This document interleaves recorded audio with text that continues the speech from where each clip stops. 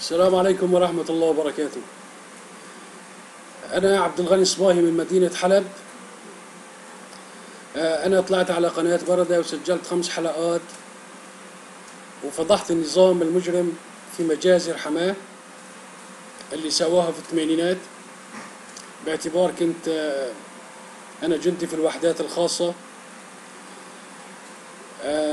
اتصلت في عندي أختي، اتصلت فيها مشان أسأل على أخوتي، لأنه الأحداث يعني خلتني أخبر مشان أطمن على أخوتي. فاللي فهمته من أختي الكبيرة إنه إجوا المخابرات على بيت أخوي وضاح صباهي وطلبوا منه إنه أنا أحضر وأسلم حالي للتحقيق للشام، مطلوب للشام، طبعا بعد ما سجلت الحلقات تبع المجازر. واللي فهمته من حديثها، هي عم تحكي معي، طبعا هي ما قالت لي انه قبضوا عليه، بس اللي فهمته انا مشان ما تخوفني او مشان ما انا اسب على النظام، اللي فهمته منها انه قبضوا عليه، يعني هيك اللي حللته انا. وطبعا انا من خوفي على اخوي، مثل كل انسان عنده اخ بيخاف عليه، خبرت لجان حقوق الانسان وخبرت، نزلت نشرات في الفيسبوك واليوتيوب وموقع وطن، وخبرت قناة بردة وأعطيتهم اسمه وقلت لهم إنه قبضوا عليه المخابرات. وطبعا قلت لحالي حتى لو ما قبضوا عليه، ما دام دخلوا لعند المخابرات، إما يقبضين عليه وإما بيقبضوا عليه قريبا جدا بكرة أو بعد بكرة ويروح يعني يعدموه. نحن عندنا نظام مجرم سفاح، بنعرف يعني ظلمه، وما في بقلبه رحمة ولا في إنسانية. مجرد ما يعلق الواحد بإيده بيعذبوه وبعدين بيعدموه بقتلوه. فخفت على أخوي، ورأسا أنا استبقت الأحداث ونزلت اسمه وحكيت على الفيسبوك وعلى المواقع اللي ذكرناها. اللي اكتشفته اليوم إنه الحقيقة وضاح صباهي اللي بيشتغل مدير مكتبه لمعاون مدير التربية، اللي هو من سكان صلاح الدين. وضاح صباهي من سكان صلاح الدين خلف المستوصف، بناية حبيب الطابق الثاني، رقم تليفونه 5758 936. اللي اكتشفته انه اليوم انه الحقيقة اخوي، وللأسف بقولها بحرقة قلب، انه عم بيشتغل شبيح، اتفرغ، ما بقى يداوم على الوظيفة حاليا، وتفرغ من فروع الامن للتشبيح بس. طبعا حكيت معه انا شخصيا ونزلت على الفيسبوك، كل الناس يمكن قرته المحادثة اللي صارت بيني وبينه، وهو قال لي شخصيا انه انا قتلت متظاهرين، والامن هو ما بيعتدي على المتظاهرين، نحن اللي عم نعتدي عليهم الشعب، يعني هو بقصد الشعب الشبيحة. فهو تفرغ للعمل كشبيح في منطقة صلاح الدين وسيف الدولة والحمدانية وكل المناطق. طبعا بتصلوا فيه الامن وبيطلبوا منه الحضور، طبعا مسلحينه وعيطينه سيارة وعيطينه مصرات ودياعمينه. فعبق مع المتظاهرين وبضربون وبيعتقلون وبكتب تقارير في الناس اللي عم تحكي على النظام وبيسلموا للأمن. هذا هو العمل الحالي له. فطلع خاين وطلع كلب عميل وطلع قليل شرف وقليل وجدان وقليل حس. وللأسف انه اقول انه هو اخوي، هو كان اخوي وهلا انا تبريت منه. صفى هو سعره الشبيح بسعر المجرم بشار الأسد، وبسعر أي مجرم وأي شبيح عم بقتل هالأبرياء وبغتصب هالبنات وبيدمر هالمساجد وبيدمر هالبيوت وبيمثل هالجثث، سعره في سعر أي شبيح. أنت يا وضاح صباهي ما بقيت أخوي، أنا بريء منك ليوم القيامة يا كلب. بقول للناس في مدينة حلب الشجعان الأبطال المتظاهرين الشرفاء، اللي صرمايتهم بتسوى رقبتك يا وضاح صباهي وبتسوى نظامك المجرم. كل شيء بقتله لأخوي وضاح صباهي له مني 5000 دولار نقدا. اللي بقتل الشبيح وضاح صباهي الموجود واللي سكنوا في صلاح الدين له مني 5000 دولار. وإذا أنت يا وضاح ما في شريف قتلك أو وصل لإلك، إن شاء الله بس يسقط النظام سفك دمائك وزهق روحك على إيدي أنا يا كلب. لأنه نحن ما في عنا من بيت الصباهي خاين عميل كلب ببيع شرفه وكرامته وبيقتل أبرياء كرمال نظام مجرم. أنت لو ما تكون مجرم مثله ما وقفت معه. وإن شاء الله قتلك على إيدي، وبدي أسحب جثتك من بيتك قدام الناس وجيرانك وولادك يا كلب، وأدوس على جثتك قدام فروج الضياء. عرفتوا فروج الضياء؟ صاحبك عبد الكريم صاحب المحل وأخوته بصلاح الدين، هنيك بدي أدوس على جثتك يا كلب، ودماءك مسفوكة وأنا قاتلك وواقف على جثتك. فهمت يا سائط يا عميل يا خاين؟ نحن ما في حدا من بيت الصباهي ولا كلب بزهق روح إنسان، وخاصة إذا بريء. نحن ما شغلتنا يا كلب نروح نقمع المتظاهرين والأبرياء ونسلمهم للأمن ونقتلهم مشان نكولك للنظام، لأن النظام سلحك وأعطاك سيارة وأعطاك مسرات ووعدك في مركز وأنت حزبي يا كلب. أنا لما قمت ودافعت عنك ونشرت نشرتك بحقوق الإنسان والفيسبوك وخبرت قناة بردة والمواقع الثانية، يبقى ليك أنت شريف، بس أنت طلعت خاين كلب.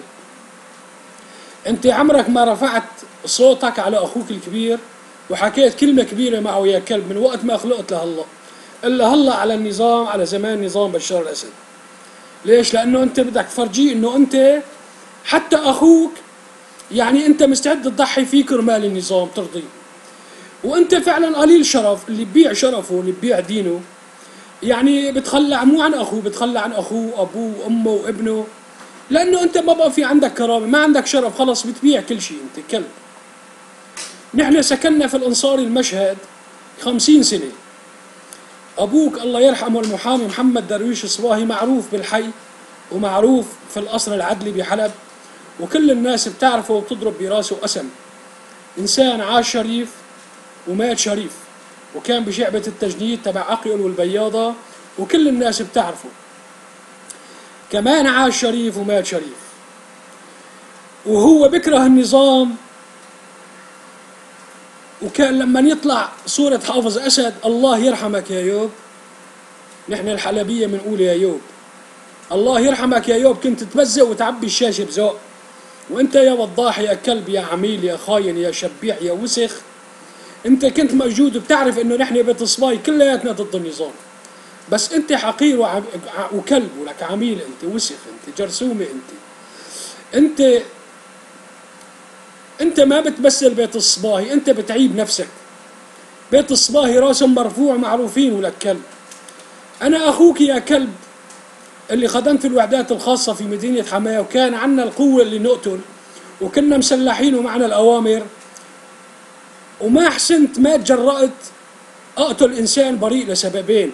السبب الأول خوفي من الله وحسابه وعقابه، والسبب الثاني إنه أنا تربيت، الوالد الله يرحمه رباني ترباي على إنه ما نظلم إنسان ولا ناكل حق إنسان ولا نعتدي على إنسان ولا نقتل بريء. أنا بحماة ما قتلت إنسان، والله شاهد علي ما صفعت إنسان كف الحمد لله. أنت يا كلب هلأ أنت عم تعترف لي عم تقتل المتظاهرين، طلعت أنت قتلتهم وقلت لي إنه الأمن ما عم بتصدى لهم، أنتوا اللي عم تصدوا لهم الشعب، يعني أنت بتقصد الشبيحة. أنت يا شبيح يا كلب عم تقتل الأبرياء.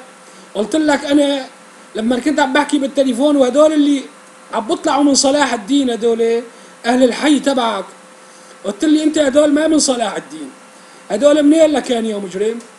هدول منين جايين يعني يطلعوا، يعني جايين من آخر الدنيا يطلعوا بحي صلاح الدين؟ بيطلعوا كانوا في المكان اللي هن فيه. بس أنت كلب ولك أنت كلب مثل نظامك، مثل بشار الكلب. أنت عم بتدافع عن بشار، أنت بدك تنزل على المزبلة معه. أنا بنصحك إنه تتكمش بسنينك مثل ما قلت لك بهالنظام، لأنه بس سقطت أنت ولك ساقط يا كلب. أنت عم تدخل على الجامع وبتصلي صلاة الجمعة مثل ما كان بشار الأسد يصلي صلاة الجمعة، وهو الوضوء ما بيعرفه والبيسه كله نجس، وبعد ما يطلع من الجامع يقتل الناس وهيك انت عم بتساوي هلا يا كلب.